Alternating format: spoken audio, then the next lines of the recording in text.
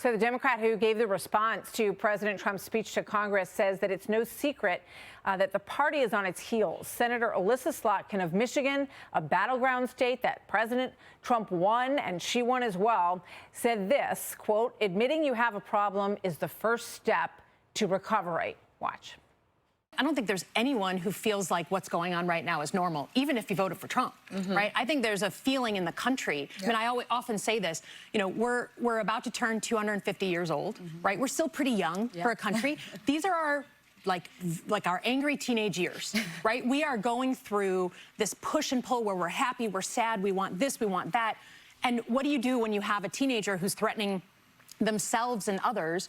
You just try to get them through this period alive.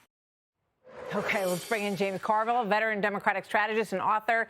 New documentary out called Winning is Everything Stupid. James, great to have you with us. Thank you. Thank you for being here. So is Alyssa Slotkin's message that, you know, that we're sort of in angry teenager mode in the country going to resonate with independent voters and Democrats who feel the party's gone too far left? I think people are afraid to death. They see markets collapsing. They see people calling Mark Kelly a traitor. They see disorder everywhere. You know, Trump was going to bring the price of eggs down to day one, and Secretary Agcoach actually said that people need to raise chickens in their backyard, or we can't call the Enola Gay the Enola Gay. I mean, what's coming out of Washington would scare the living bejesus out of anybody, independent, Republican, or Democrat.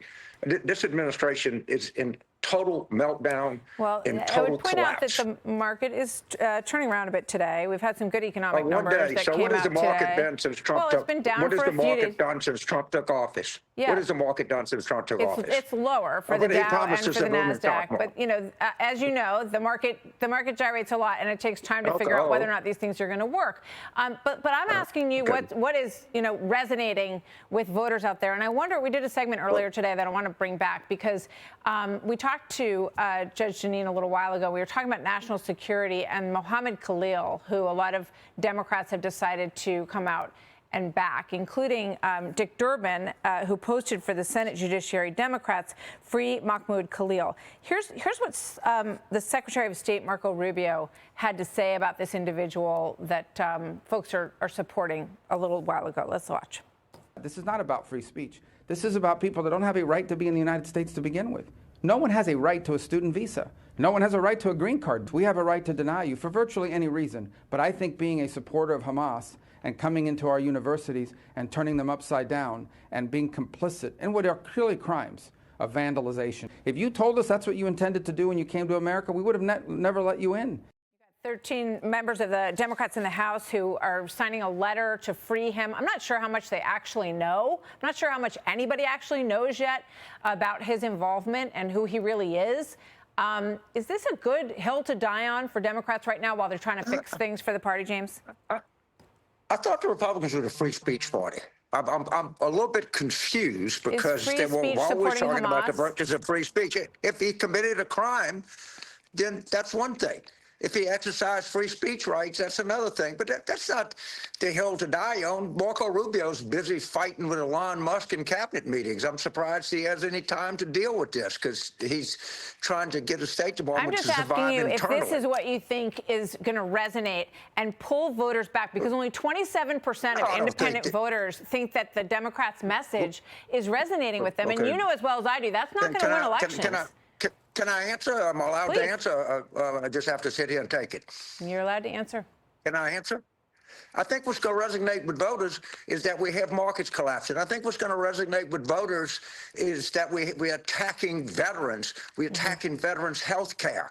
We're attacking national parks. I think that's going to resonate with voters. I think that's what's going to really matter. And just wait, you know, you love this, wait till the growth numbers come out in the first quarter. I don't think they're going to be very good. Kevin Hassett was just on with me moments ago. He's predicting up 2 to 2.5%. I know the Atlanta Fed said it's going to be a negative number, so you and I don't know what the number's going to be. I don't know. But I'm just telling you that the White House is now pretty optimistic about it. We'll see whether or not they're right. I have no idea until the number comes out. We'll see. One of Let me us ask will you be about this. I thought correct. this was I'm sorry. And one of us will be incorrect. yeah, like I said, I don't know. We'll see what the numbers when it comes out. This is interesting Who today said from it was Jonathan 2 Martin. 2.5% growth? Kevin What was Hassett, the source of- president's senior economic advisor. Oh, okay. Kevin All right. Hassett. Thank you. Okay, So that's we'll all. see. I just wanted to be clear on that. Yeah, absolutely. So this is from Political Magazine today. It says that Rahm Emanuel is gearing up to run for president. And Emanuel, in one of his recent speeches, had this to say. I'm done with and he's going to West Point to speak. He's been avoiding the Ivies in terms of where he goes to speak. And it's interesting if he is seriously thinking about running for president, where he's choosing to do these speeches. But here's what he said, James. I am done with the discussion of locker rooms. I'm done with the discussion of bathrooms. And we better start having a conversation about the classroom. It drew a big applause, according to this report.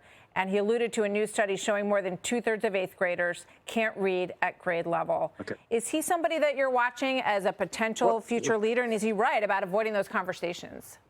Well, first of all, he's one of our best friends. Secondly, as a lawyer in the Ivy League, I don't know, but his daughter, Alana, went to Princeton. And last time I checked, I was in the Ivy League. And I watched a segment before. Oh, I think we lost him. Can we get James back? Done? We don't have him? Oh, darn. All right. Well, I wanted to hear the answer to that and talk about the future of the Democrat Party. So hopefully James Carville will reconnect with us and we can finish our conversation. But I thank him for joining us for the time that we had him today. So sorry about that.